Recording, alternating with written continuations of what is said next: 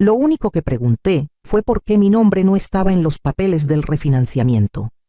Eran poco más de las 7, la cocina todavía olía a pozolito y zanahorias guisadas que había preparado porque Valeria nunca le pone suficiente sal y Santi no mueve un dedo.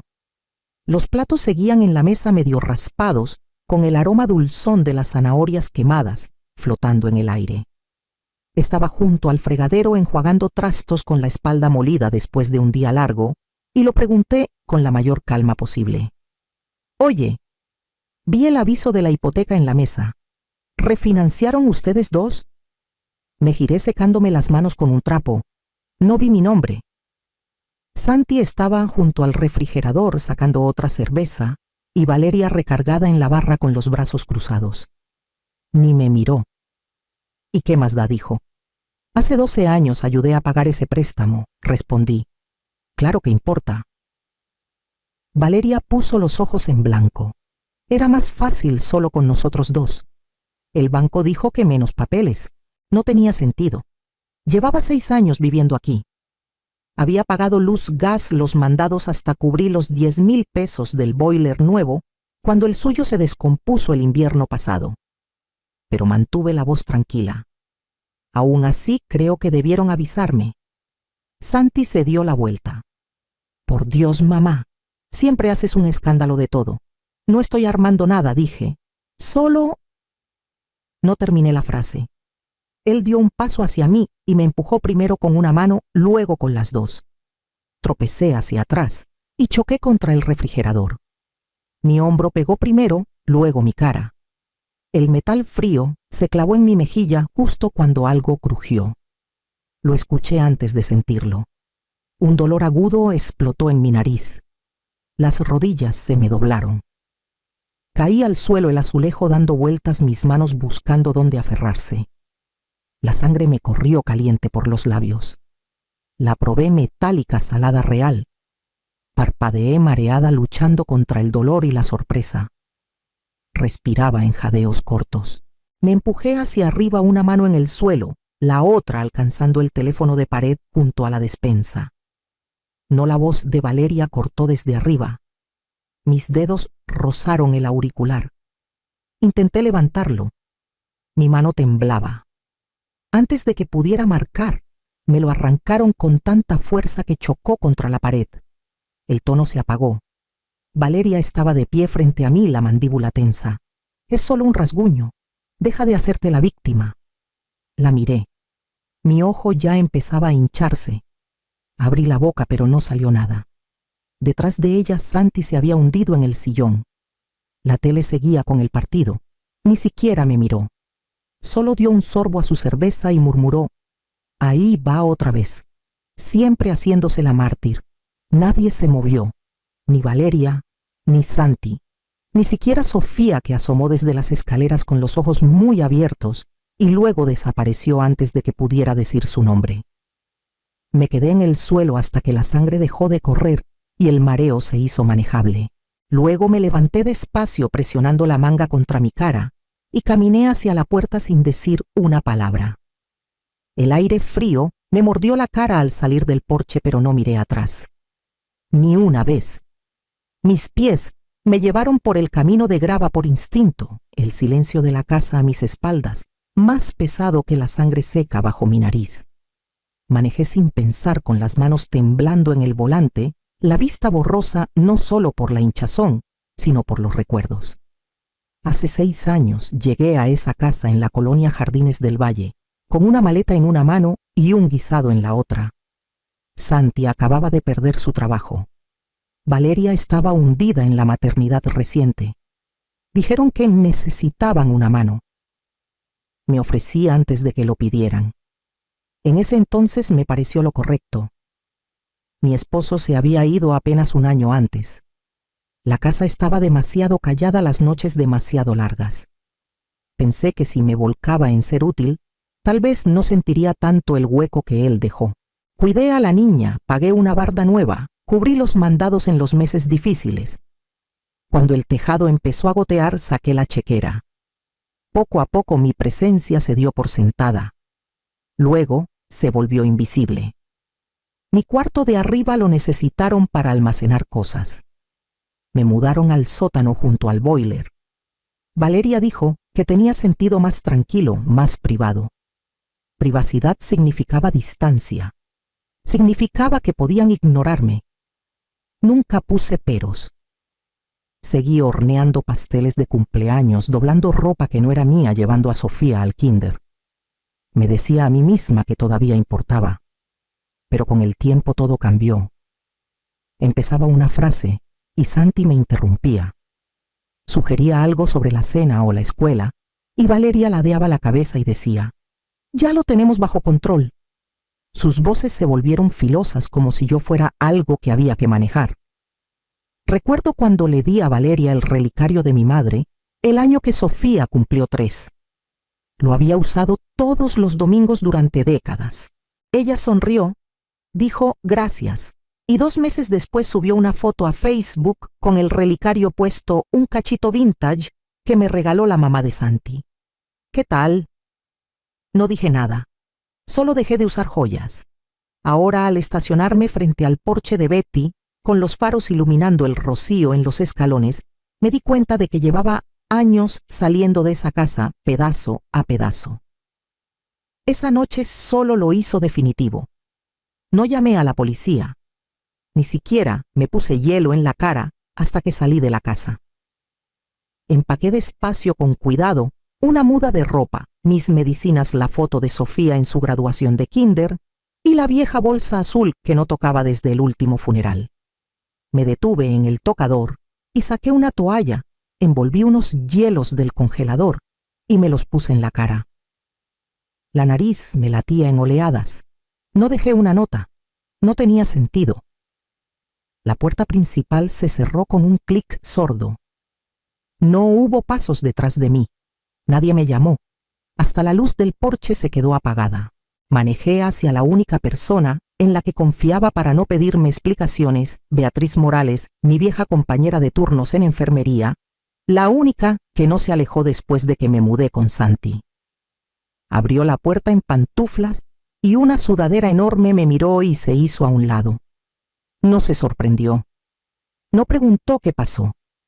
Me dio una taza de manzanilla y dijo: «Anota todo». Me senté en la mesa de su cocina todavía con el abrigo puesto y dejé que el calor del té descongelara el entumecimiento de mis dedos. El silencio entre nosotras no era incómodo, era permiso. Deslizó un cuaderno rayado hacia mí. Abrí la primera página y empecé a escribir. Comencé con la fractura. Luego añadí cuando Valeria tiró mi tarjeta de cumpleaños sin abrirla. El año que le dijeron a Sofía que no hiciera 2 dibujos para el Día de las Madres. Los moretones en mi brazo cuando Santi me agarró demasiado fuerte y dijo que solo fue un empujoncito. La gotera en el sótano que me dijeron que arreglara yo sola mientras ellos estaban de vacaciones en Puerto Vallarta. Pasaron horas. El té se enfrió. Mi mano dolía. Cuando por fin me levanté para estirarme, abrí mi bolsa para sacar unos calcetines y encontré entre recibos viejos y un cepillo de viaje la tacita de barro que había traído de la casa de mi madre hace 6 años. Estaba rota por un lado. A la mañana siguiente me senté con el cuaderno abierto otra vez, la tacita rota a un lado. No podía dejar de mirar esa línea quebrada tan limpia, tan definitiva. Como si se hubiera roto una vez y nadie se molestó en pegarla. Volví a la lista. Los moretones eran solo la parte más visible. Las heridas de verdad eran más calladas. Como cuando Valeria olvidó incluirme en la junta escolar de Sofía, aunque yo había sido quien la ayudó con su lectura todo el semestre. Llegó a casa sonriendo, me dio un volante sobre una noche de lecturas que no sabía que existía y dijo: «No necesitabas estar ahí. Era más para los papás». O la mañana que pregunté por el refinanciamiento, no la que terminó en sangre, sino la primera vez meses atrás. Dije con suavidad que pensé que habíamos acordado discutir las decisiones grandes juntos. Santi soltó una risita y dijo: «Te preocupas de más. Siempre has sido medio frágil». Esa palabra se me quedó en el pecho como piedra. No era solo lo que dijo, sino cómo Valeria asintió como si confirmara algo que ambos ya creían. Seguí escribiendo. Cuando Valeria le dijo a Sofía frente a mí: «No le hagas mucho caso a las historias de la abuela. Solo le gusta que la gente sienta lástima por ella». Sofía se veía confundida mirándome con esos ojos grandes e inseguros. Tenía 5 años, y había más. Tantos pequeños desprecios que antes parecían malentendidos o días malos. Pero ahora, puestos en papel, el patrón era innegable. No me olvidaban, me reducían, a propósito. Me necesitaban callada, agradecida, dependiente, pero nunca igual. Leí las páginas de nuevo más despacio. El cuaderno empezaba a llenarse de una verdad que no me había permitido nombrar hasta ahora. Esto no era decepción. No era una relación tensa. Era algo más frío, más calculado. Si esto hubiera pasado en la casa de alguien más, si una vecina me contara esta historia, yo misma habría llamado a los servicios de protección para adultos. Cerré el cuaderno, lo deslicé por la mesa y miré a Betty. «Tengo que regresar», dije. Dejé más que ropa en esa casa. Esperé 3 días antes de volver. No por miedo, sino por estrategia. Necesitaba que la hinchazón bajara, que los moretones pasaran de rojos a amarillos de evidencia a recuerdo. Necesitaba cruzar esa puerta sin titubear. Cuando toqué el timbre, Valeria abrió con una sonrisa demasiado tensa para ser sincera. «Mira quién decidió volver a casa», dijo haciéndose a un lado. No la corregí, vine por mis cosas. Santi estaba en el sillón, con el control remoto en la mano, los ojos fijos en la tele. Ni siquiera levantó la vista. Valeria señaló hacia el pasillo. «Trata de no tardarte todo el día. Sofía está durmiendo». Pasé junto a ellos, a través de la cocina, donde el olor a limpiador de limón pesaba en el aire como si hubieran intentado borrar el recuerdo. Al acercarme a las escaleras vi un movimiento fugaz cerca del zócalo. Sofía asomándose desde atrás de la baranda. «¿Estás bien, abuelita?», susurró con los ojos muy abiertos, la voz apenas audible. Luego, como si alguien la hubiera entrenado para no esperar respuestas, desapareció. En el sótano fui directo al estante junto al tocador viejo. La tacita de barro estaba ahí volteada como si alguien hubiera intentado que pareciera intacta. Pero vi el nuevo desconchón cerca del borde filoso y limpio. Alguien la había dejado caer. La puso de vuelta como si nada, igual que a mí. La guardé en mi bolsa envuelta en un trapo viejo. Arriba me detuve en la orilla de la cocina. Santi apagó el sonido del partido y por fin me miró. «Hablé con un abogado», dije con voz firme. «Necesito claridad sobre los papeles del refinanciamiento y me quedaré en otro lado hasta que eso se resuelva. También pedí un inventario de todo lo que se compró con mi dinero». Santi soltó una risa corta, incrédula. «¿Estás bromeando, Valeria?», ni parpadeó. «No armes otro drama. Es agotador». «No vine a armar nada», dije. «Vine a terminarlo». Me giré hacia la puerta, pero antes metí la mano al bolsillo interior de mi abrigo. Apreté el pequeño botón de la grabadora apagado. Lo había captado todo. Voces, tonos, desprecios. Salí al frío con la bolsa pesada en el hombro y las palabras ya formándose en mi mente para lo que tenía que hacer después. En la mesa de la cocina de Betty lo puse todo en orden. Las fotos fueron lo más difícil. No tomarlas, sino mirarlas. Mi cara hinchada y amoratada con el refrigerador de fondo. Parecía otra persona. O tal vez la versión de mí que había estado protegiendo todo este tiempo. La que nunca se defendió. Betty me ayudó a organizarlo en secciones: reporte del incidente, documentación de lesiones, aportaciones financieras, notas históricas. Ella ya había hecho esto antes para otras mujeres, otros mayores. No se inmutó cuando le di el resumen de urgencias. Fractura de hueso nasal, hinchazón, consistente con trauma contundente. Lo añadió al archivo sin comentario. La grabación de mi última visita fue al archivo digital. La risa de Santi, el desprecio de Valeria, mi respuesta tranquila. Claro, frío, innegable. Luego vino la carta de mi terapeuta. No le había dicho a Betty que seguía yendo, pero iba cada mes, a veces más cuando podía pagarlo. Mi terapeuta escribió claro: la cliente ha experimentado patrones de control coercitivo, aislamiento emocional y daño psicológico, creciente en un arreglo doméstico dependiente. Leí esa frase 2 veces, luego otra más. Las palabras eran profesionales frías, pero sentían como si alguien por fin hubiera visto el cuadro completo y dicho: sí, esto es real. Betty se recargó, cruzó los brazos y dijo: ¿estás lista? Luego abrió su laptop y mostró un documento etiquetado como vivienda local, emergencia nivel 2. Ya había hecho averiguaciones. No supe qué decir. Ni siquiera lo había pedido. Ella sonrió.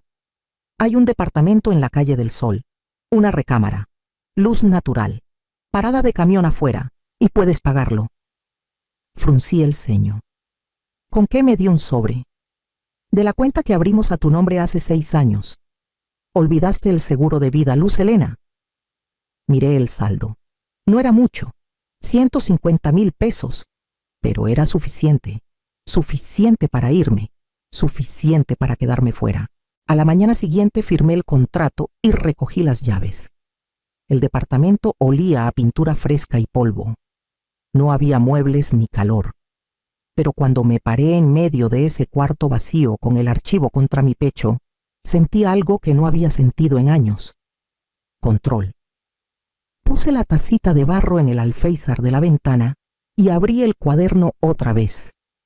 El salón de la parroquia de San Antonio olía a café recalentado y guisados de kermés, el tipo de aroma que te abraza quieras o no. No planeaba ir, pero Betty dijo que la comunidad necesitaba verme. No escondida, no golpeada, presente. Me quedé al fondo con el abrigo en el brazo justo cuando Valeria subió al estrado con esa sonrisa fingida que también manejaba. Habló sobre el cuidado de los mayores, lo difícil que era cuidar a un padre envejeciendo mientras criabas a una niña. Usó la frase familia mixta como si fuera una medalla. Vi a la gente asentir. No lo hacen fácil, dijo con una risita ligera, pero lo hacemos con amor. Algo en mí se rompió limpio. Di un paso adelante. Nadie me detuvo. Mis manos no temblaron. Caminé directo al micrófono. Me llamo Luz Helena Vargas, dije con calma firme. Hace 6 días en la cocina de la casa que ayudé a mantener mi hijo me rompió la nariz. Todas las cabezas se giraron. Mi nuera me arrancó el teléfono cuando intenté pedir ayuda. Me dijeron que estaba haciendo un drama. Metí la mano a mi bolso y saqué 2 hojas dobladas, una foto, un reporte médico. Las puse en el atril para quien quisiera verlas. Así se ve ese tipo de amor. El salón se quedó en silencio. Ese silencio que crece y crece hasta que se convierte en un sonido propio. Luego, una voz del fondo baja, pero clara. Eso es abuso a personas mayores. Otro murmuró. Algo no me cuadraba. Una mujer cerca de la mesa del café se tapó la boca. Un oficial en el pasillo fuera de turno, pero uniformado por apariencia, dio un paso adelante y preguntó si estaba dispuesta a dar una declaración. Asentí. Mi voz no titubeó. No lloré. No porque no doliera, sino porque por fin lo había nombrado. Al girarme para irme vi a Valeria congelada junto al ponche con los ojos fijos en los míos, su sonrisa desvanecida. Santi no estaba. Afuera el aire se sentía diferente, como si algo hubiera cambiado en los huesos de la ciudad. A la mañana siguiente, recibí una llamada de la enfermera de la escuela de Sofía. La llamada llegó justo después de las 8. La enfermera de la escuela de Sofía, amable pero firme. Notamos un moretón en su hombro, dijo. Cuando pregunté de dónde venía, dijo, papi se enoja cuando la abuelita contesta. No hablé de inmediato. Sentí que se me cerraba la garganta. Para el mediodía, Servicios de Protección Infantil estaba en la línea. Querían programar una visita a mi nuevo departamento, no al de ellos.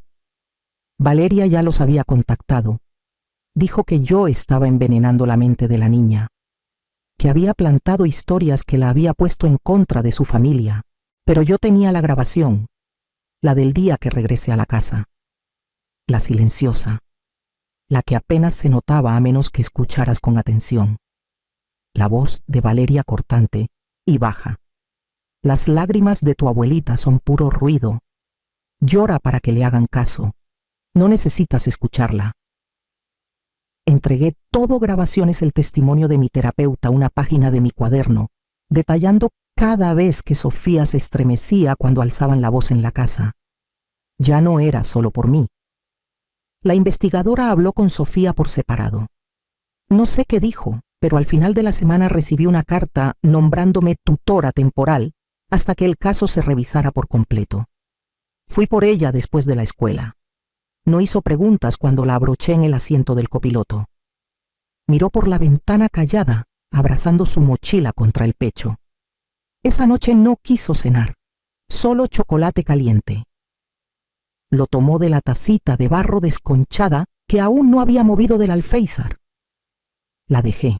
Después de que se durmió en el sofá con las rodillas bajo mi vieja colcha, me senté junto a ella con los papeles del juzgado en el regazo y susurré. Ahora estamos bien. La audiencia era en 3 semanas. Me puse un vestido gris sencillo para la audiencia, nada ostentoso, solo limpio y discreto. En mi bolso envuelta en un trapo, llevé la tacita de barro desconchada. El juzgado era pequeño, más funcional que formal. Valeria estaba en la mesa del fondo, toda líneas pulcras y tono cortante. Santi a su lado encorvado, con los brazos cruzados, los ojos opacos. No me miró ni una vez. Cuando fue mi turno, me levanté despacio, caminé al frente y sostuve la tacita. Esta tacita ha pasado por 3 generaciones de mujeres en mi familia, dije. Ahora está rota. La dejaron caer, la desconcharon, pero sigue guardando calor. Sigue sirviendo, así es el amor. Sobrevive a lo que intenta romperlo. La puse con cuidado en la orilla de la mesa. Intentaron romperme, dije con voz firme, pero no dejaré que la rompan a ella. Valeria soltó un bufido corto. Su abogado le puso una mano en el brazo, pero ella se lo quitó. Está manipulando a todos, siseó. Esto es puro teatro. Santi no dijo nada. La jueza hizo unas preguntas. Cortas. Respondí cada una con cuidado. Revisó el archivo, la carta de mi terapeuta, el reporte de la enfermera, las grabaciones. Cuando habló de nuevo, su voz era baja, pero firme. La tutela temporal se extiende indefinidamente pendiente de revisión adicional. Sofía permanecerá al cuidado de la señora Vargas. Valeria abrió la boca, pero no salió sonido. Esa noche, después de que Sofía terminó su tarea y se acurrucó junto a mí en el sofá, miró hacia el alféizar de la cocina donde estaba la tacita. ¿Podemos tomar chocolate en tu tacita?, preguntó. Sonreí y saqué una caja pequeña de abajo del gabinete. No en esa, le dije. Te conseguí la tuya. La sostuvo con cuidado en ambas manos. El cuarto era pequeño, lleno de sillas plegables y asentimientos callados. Me puse al frente y coloqué 2 tacitas en la mesa, una desconchada, otra nueva. Dijeron que era dramática, comencé. Pero el drama no me rompió los huesos. El silencio, sí.